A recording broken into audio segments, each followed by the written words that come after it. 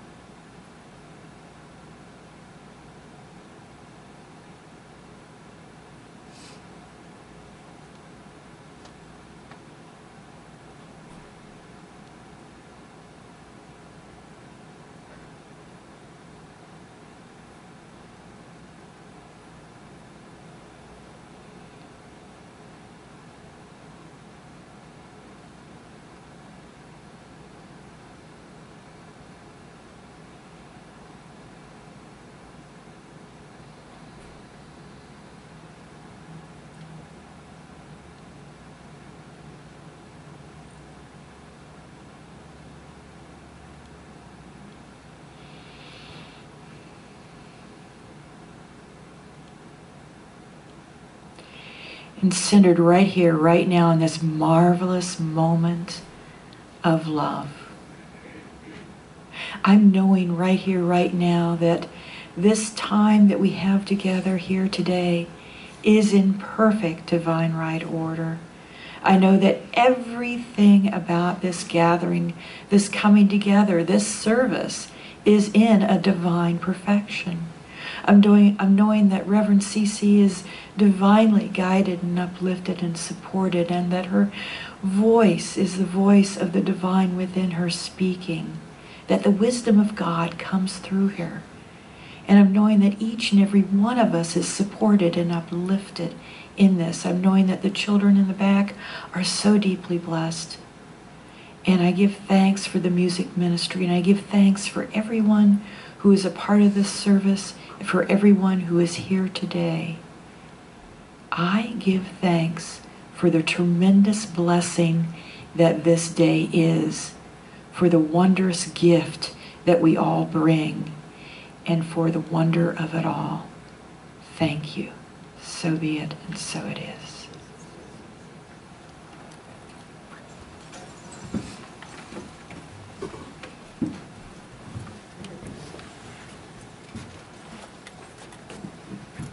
There's a lot of people up here.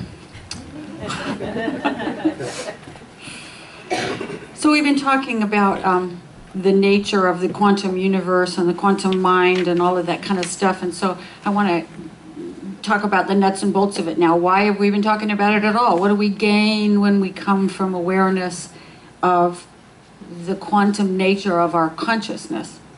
And I want to start with a story. There was a guy named Fred, and Fred lived out in the country, and one evening, right about dusk, he was driving along a country road and got a flat tire.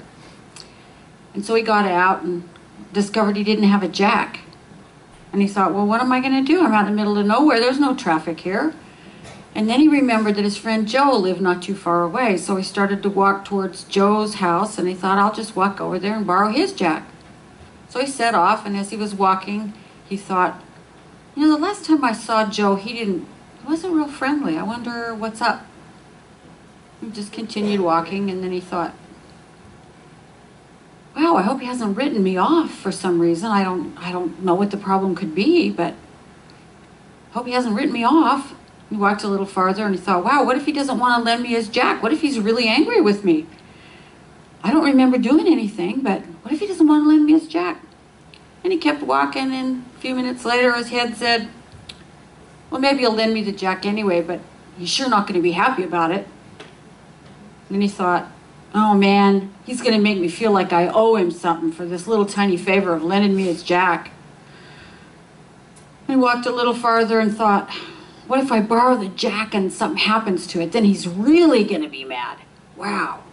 He started to get pretty uncomfortable at this point, a little warm under the collar. And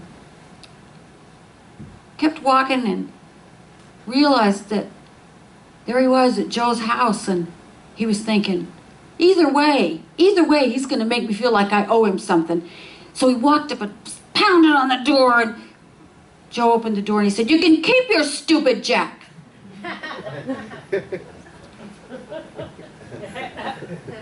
Right, we've been there, done that, right? Yes, as you say, we've been there, done that. It shows us the power of our emotional mind. It can make us just totally crazy. We make stuff up, and we do it all the time. It's the untrained mind at work. It takes our emotions and runs completely away with us, and we do things we didn't intend to do. He didn't intend to go yell at his friend. He intended to go borrow a jack, for Pete's sake. But he just got so worked up, because human emotion is a very powerful thing. And the untrained mind is like a drunken monkey.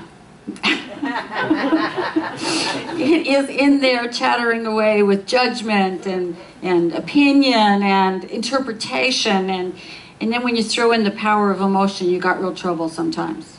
You got real trouble. Untamed mind keeps us from living the way we want to live. But with training, it's like a laser. It's the most powerful tool we could ever have. It's the most powerful tool we do have. But the human mind will take on whatever you fill it with. Just like Fred, he started to fill it with what ifs, and they weren't very good what ifs either. They were sort of skewed. His mind was going crazy. It was this idea that somehow he was going to be beholden if he borrowed this guy's jack. If he'd noticed those crazy thoughts, and instead of just letting him go, maybe he'd said, I think I'll let this pass. I think I'll just let this pass through. I won't attach to it. He probably would have had a different experience if he hadn't jumped on and ridden those thoughts all the way up to the doorway. If he hadn't let the drunken monkey be the one assigning the meaning to those thoughts, which is the key. Emotions are a response to the meaning we assign to our thoughts. As our founder Ernest Holmes said, a thought plus a feeling equals a demonstration, an experience, a thing in our lives. So thought is the mold of our experience, and when it's charged with the fire of feeling, it becomes it just drops out in 3D, full color, right in front of us. And in meditation, we learn that right after a thought, there's a little tiny space, very tiny space, before the emotion of the assignment that we probably make subconsciously hits, right? The space is the place that we have to come to stand in. And that's the place we make choice from. And it can be crazy in there, because there is a part of us, an old pattern, an old subconscious connection that wants to say, I know what that means, and it's bad. Let me tell you about it. But there's another part of us that says, I have no idea how this guy is going to feel about lending me his jack. Maybe I'll just try it and see. I think I can deal with whatever comes along. There's a little tiny space there, and we learn in meditation to find that pause and kind of let it become a little bit more spacious, to give us room enough to make a choice instead of just being led forward by this insane monkey who drinks too much. Let's talk about it in real-time experience, one that you'll all know. Whenever you do something new or something big, you have an experience, an emotional experience, right? Like Linda, the first time you had to stand up here and read, you kind of had a little flutter in your tummy and maybe a little shaky. We all do that, right? When we have to do something we've never done before. We have a physiological experience, and we can call it anxiety if we'd like. But anxiety is a very destructive emotion. It's a state of powerlessness and distress and physiological arousal. What if we were to call it excitement instead? The physiological response is exactly the same. It's exactly the same. I was reading a study in the Journal of Experimental Psychology about this, and they took two groups of students, and one they encouraged to feel anxiety about the thing, and the other they helped to feel excited about the thing. And they measured and checked, and the physiological response is exactly the same. The people who were excited were optimistic about the outcome and positive about the whole experience. And the ones who were anxious had much lower self-confidence. They struggled with their cognitive tasks.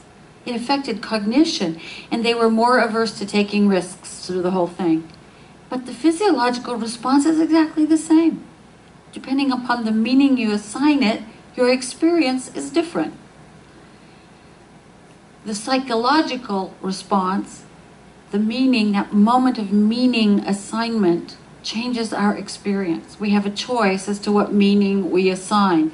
The great book by Viktor Frankl, Man's Search for Meaning, is all about this. It's all about the meaning that you assign to any experience. So I figure if somebody in a concentration camp can choose a meaning that's elevated, I can choose a meaning when I go outside and say, there's 4 flippin' inches of snow on the ground.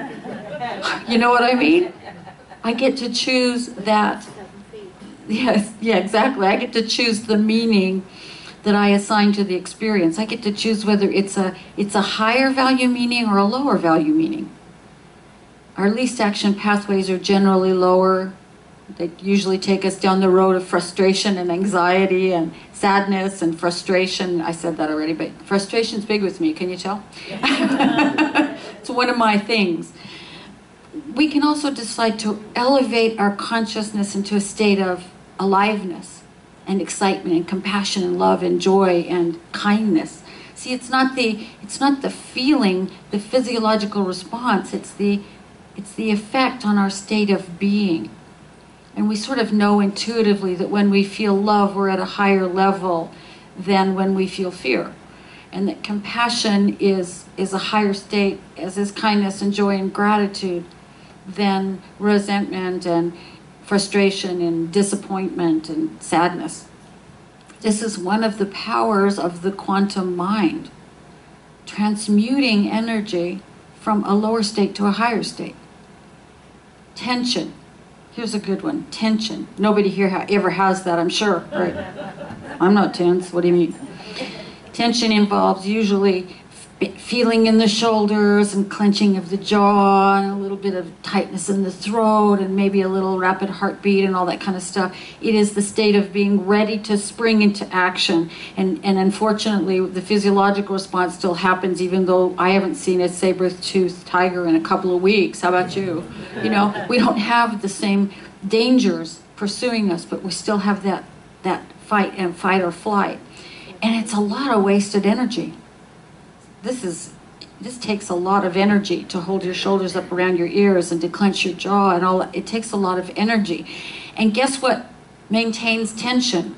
Attention. We maintain the tension by paying attention to it.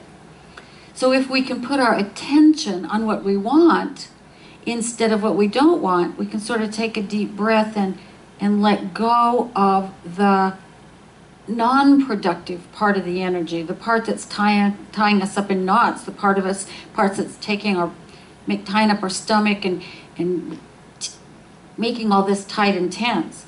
There's still the power of the response there that we can use, but we let go of the wasted stuff when we pay attention to our response and say, okay, where do I want to focus this? How do I want to experience this? What meaning do I choose to give it? It could be that I'm ready to go. Man, I can tackle this project. Or it could be that I'm just going to stay in a knot until I get an ulcer or something. Tension can be a portal to a lot of information. Any of those negative responses can be a portal for our growing awareness. We ask ourselves, first of all, is this even my tension? Or did I pick this up from somebody else? If we picked it up from somebody else, kind of makes sense to let it be theirs, doesn't it? Can sort of let it be theirs. But if it's ours, we can ask, what am I supposed to be seeing here? What is this response, this tension response? What's the purpose? What's it trying to show me? Then we can put our attention on what we want. We can take a deep breath and sort of let our shoulders relax a little. And like the Buddhists say, use everything to our advantage. It's a Buddhist adage I just love. Use everything to your advantage. Don't waste it. So if it's frustration over the snow, what does that teach you about yourself? How does that expand your awareness about yourself? The other adage is, all activities should be done with one intention. They both say the same thing.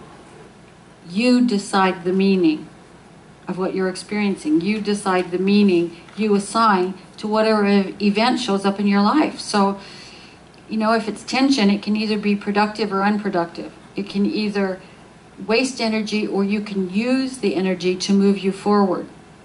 And I think we can do this with whatever experience we run up against. I suppose you could even transmute love, but why would you want to do that? You can transmute fear instead into a relationship of opening to whatever is there for you to learn.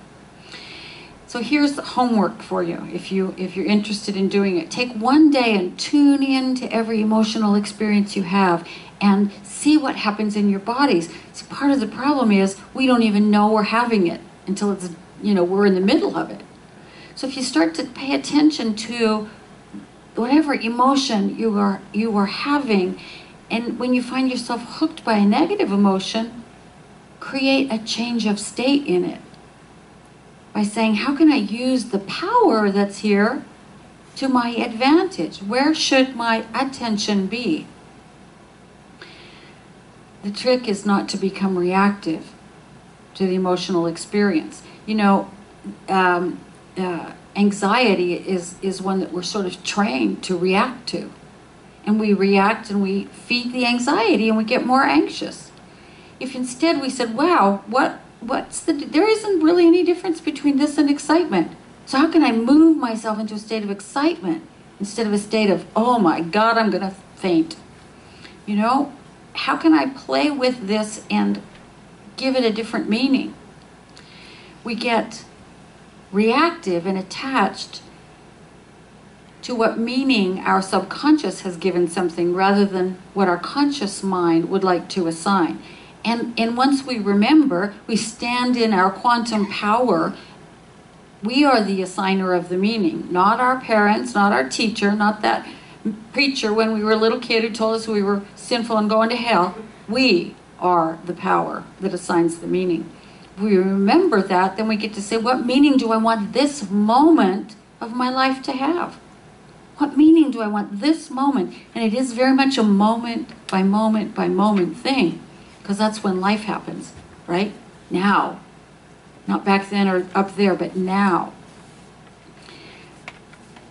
When we consciously generate an intent that is high level on which to put our attention, like love for all creation, or kindness as a way of being, or joy as our ground state, regardless of circumstances. When we do that, we pick any one of those three things, and we elevate our whole life into a level of experience we haven't had before.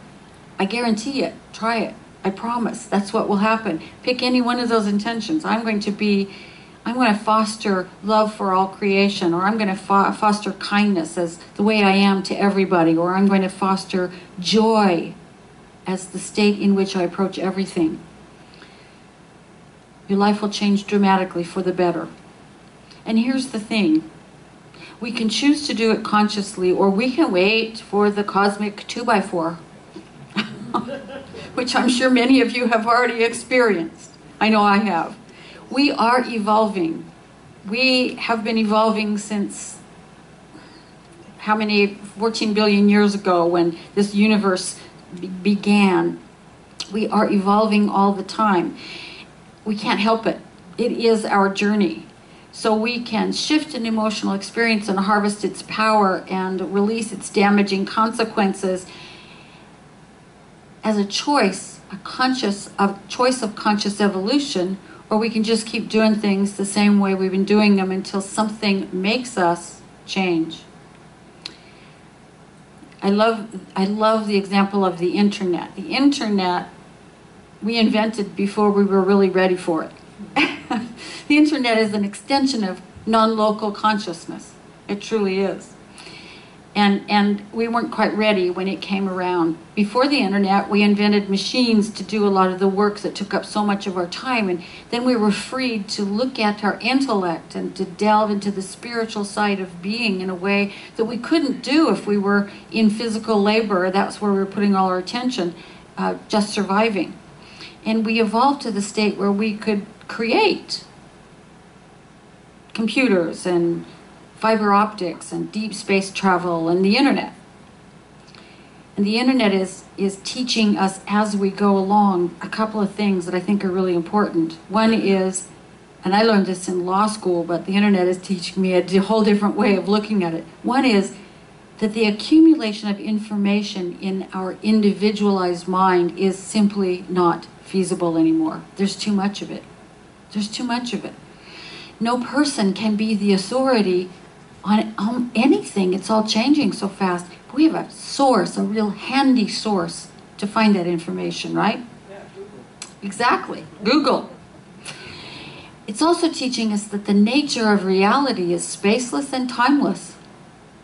And that it's chaotic and self-organizing all at the same time. Go on the internet and do a search for something fun sometime and see it if you don't understand what I'm saying. It's chaotic and self-organizing at the same time, just like life.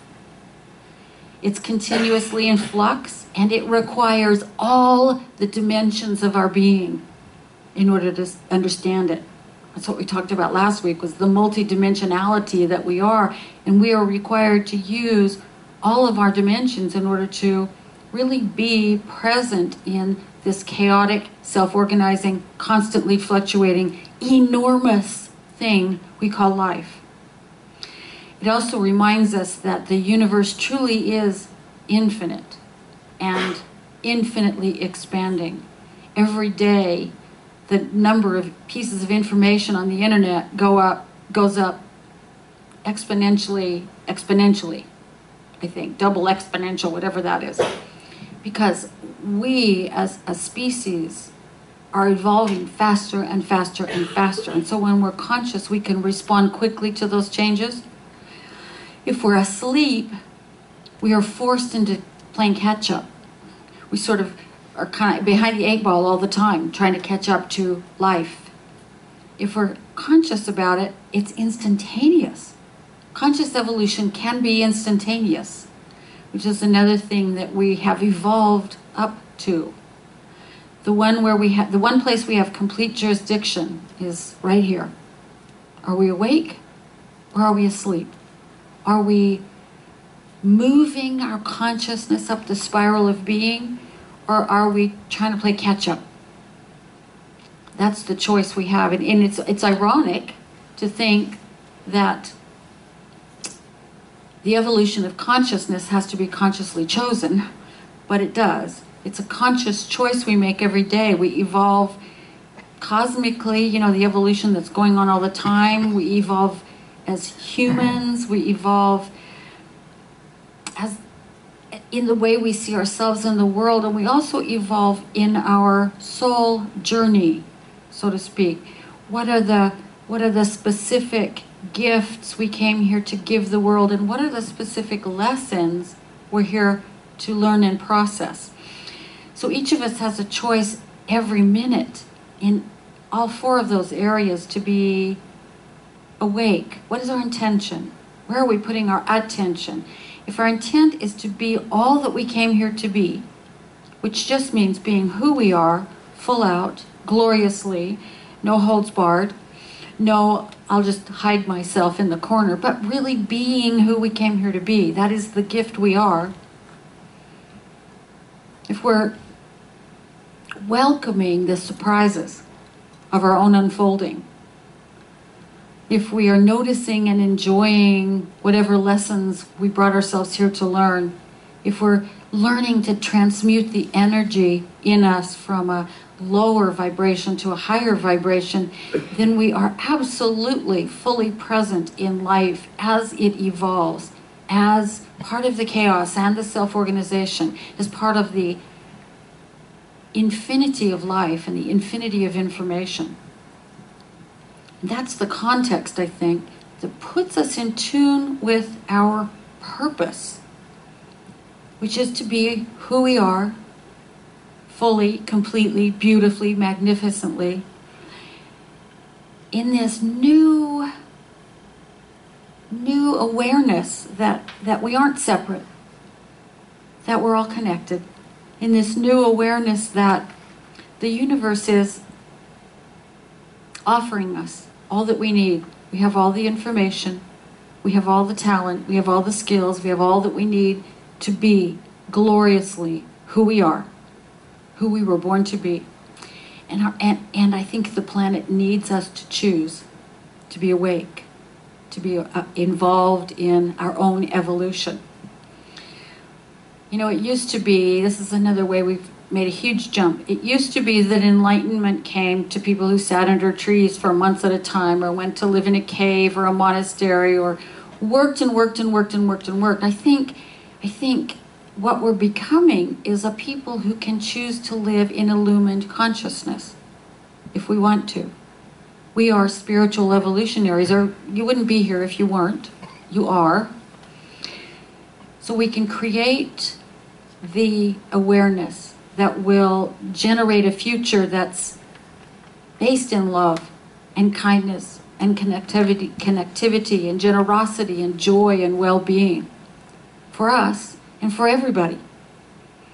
That's a world that we are evolving toward, and my plea is that we each choose to move in that direction in a conscious way, that we set an intent to be those people that are on the leading edge of consciousness as it evolves, not playing catch-up, but on the leading edge. That's the world that we know deep within ourselves is possible, regardless of what the news says, right? There is a kinder, gentler world that we can create together. There is a world that is based in justice and love and harmony and kindness and generosity and everybody having enough. We know that. We know that in our hearts. And it's made possible through the power of these moment-by-moment choices we make. Whether we live in fear, in our old fear, or whether we transmute that and transcend it and elevate it into living in love. Whether we live in frustration or we live in excitement. Whether we cultivate the feelings of separation or we cultivate the awareness of oneness. Those choices are what will create that world that we know in our hearts is possible. One choice at a time. So, let's, in consciousness, choose to come together and to allow our awareness to settle into that space within each one of us that's closer than our breath, closer than our heartbeats. That space where there is peace, where there is joy, where there is stillness, the sanctuary within. And in that sanctuary, we find the spark of ourselves, the divine spark of ourselves, the divine spark that lives within each one of us, the spark of infinite love and wisdom, the spark of life with a capital L, the spark of God. And there's no place that it is not. There's no moment in time that is not filled with it. Wherever it is, it all is. So that spark within each one of us contains all that God is. And we can turn to it at any moment and find there wisdom and love and joy and peace and excitement. I am just a thread, a simple thread in this glorious web of life. We are all just drops within a stream flowing towards an ocean of light. We may forget where we come from, we may forget where we're going to. I might not see that you're a reflection of me as much as I'm a reflection of you. Oh, but when we do forget that, we can choose to remember it. We can choose to become aware that there is only one of us here. And so I know for each one of us that we do make that choice. We do choose to be awake and aware and to choose love, kindness, joy, peace as the very ground of our being. And as we do so, we change our experience of life. We change the experience of those around us. We become even more wonderfully who we came here to be. I am just a seed, a blessed seed with eternity unfolding in me. And I pray that as I grow, I will reveal the love that illuminates my soul. When I remember where I come from, when I remember where I'm going to, then I will see that you're a reflection of me as much as I'm a reflection of you. And knowing that each one of us lives in this power of choice, that each one of us is all that we came here to be, I give thanks. I give thanks for our time together this morning and for this community of spiritual travelers, adventurers, evolutionaries on the very cusp of becoming whatever it is we are blossoming into next. I give thanks that we have had this time together to remember that truth of ourselves this morning.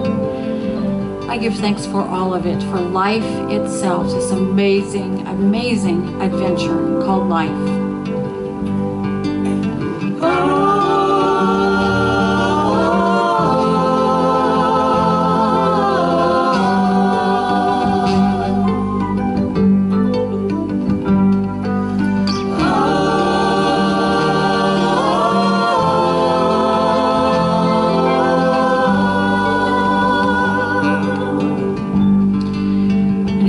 Of thanksgiving, I remember that the universe never says anything other than yes to me. So I release this prayer, I release these words into the infinite law of mind and God and the universe, knowing that it's already been done, it's already made so.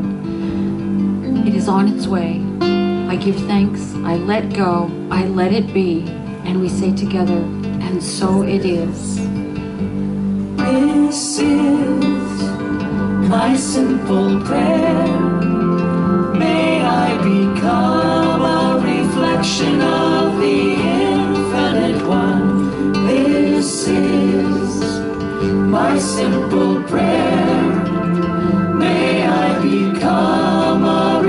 reflection of the infinite one. This is my simple prayer. May I become a reflection of the infinite one. This is my simple prayer. May I become a reflection of the infinite one. Amen and amen. So now we have a moment to gather ourselves in gratitude as we prepare to give in support of this community. But even more importantly, that we simply take note of all of our blessings. We have such individual blessings, we have such communal blessings, we have blessings in each other, in being together in this community. So I invite you to just bring to mind those blessings and allow yourself to be so grateful. And whether you're able to give today or not, as the basket passes through your hands, please bless this community and its abundance, that we may continue to grow and expand and do all that we came here to do together. And let's affirm, gratefully I give with an attitude of abundance. Gratefully I give with an attitude of abundance. I know that as I give, so do I receive. I know that as I give, so do I receive. And so it is. And so it is. A couple of quick announcements, and I will tell you that there's all kinds of food in the social hall today. There's soup and cold cuts and cake and more. But before we do announcements, I see someone who's come to tell us what the youth church was up to. Hi, Zane. Hi, Zane.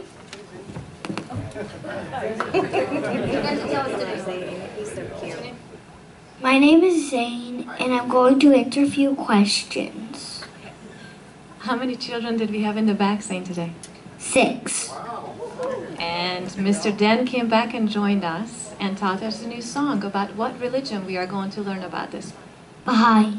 Baha'i, that's correct. And who led our meditation today? One of our students. Tell us a little bit about that meditation. Well, she said that we should pretend that we're a tree, and that we should we would pretend that we had an animal friend, and up to that tree. Thank you. We went on a journey to the middle of Earth on a roller coaster. Then we came back out, saw a big, giant chocolate bunny that was 3 stories tall, and we started eating the bunny, and it just kept coming back and giving us more chocolates. After that journey, Miss Jen, who is our yoga lead today, did a little exercise, and she started a story, and every child added to that story. It was bringing in the animal friends we envisioned from the meditation and took them on a ride on the rainbow. And then we finished our session with yoga today. That's all. Thank you very much, Zane.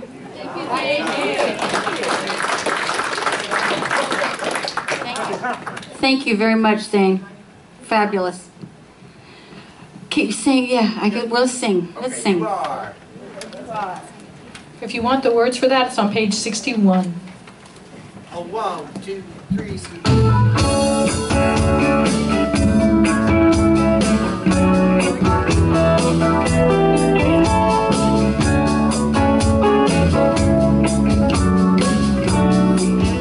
You are beautiful, courageous, and wise beyond your ages. This I know for you, as I know myself.